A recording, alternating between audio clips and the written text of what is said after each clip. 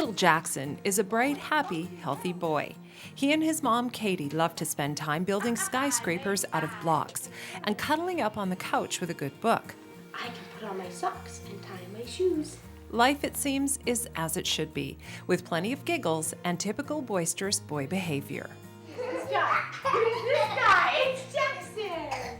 But when Jackson was an infant, he would spend very long portions of his day wailing and crying for hours and hours on end. What he was going through was once called colic. Over the past 3 decades, dozens of scientists and pediatricians around the world have conducted studies on the reasons why infants cry.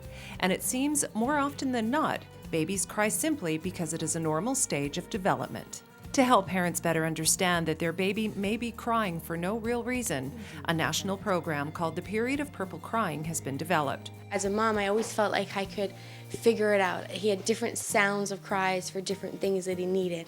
And when it was purple crying, there was nothing that he needed.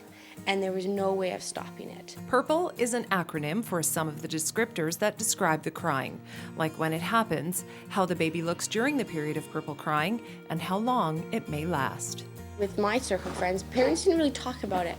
It was just sort of, yeah, he's doing the crying stuff right now. And that was sort of the end of the discussion. It wasn't well discussed. It wasn't very well empathized with. One of the most important components of the program is to help parents understand the almost inevitable and sometimes inescapable frustrations that often come with purple crying, and that it is okay to admit those frustrations. One of the saddest fates that can be a result of purple crying is shaken baby syndrome. This happens when a caregiver or a parent's frustration reaches a fevered pitch, and in an all too often regrettable moment, a baby is handled too roughly. If that's going to happen to you, here are some suggestions or ways you may cope and let them feel that it's all right to leave my baby in a safe spot. It's all right to close the door, turn on some music, or phone a friend. As soon as 5 o'clock came along, I could take him, hand him off, and it was done. And I could just say, okay, I'm just going to leave for a little while, and he's yours now. If you didn't have that, if you couldn't hand him off to anyone, that'd be truly exhausting. I really don't know how anyone could cope if you were single. Last November, a grassroots campaign raising awareness of purple crying took off across BC.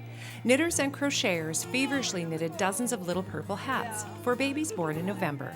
The campaign caught the public's imagination, becoming so popular that this year, when public health officials asked the caring souls who create the hats to make 4,000, they delivered 7,000. We understand that they cry, but we still don't understand why. The reasons that they cry. So it's just a matter of supporting parents to get through it, because what we do know is that there is an end to this. And certainly by, often around the 12-week mark, definitely less crying. More information on purple crying is available online. From Vernon for Shaw, I'm Tammy Williams.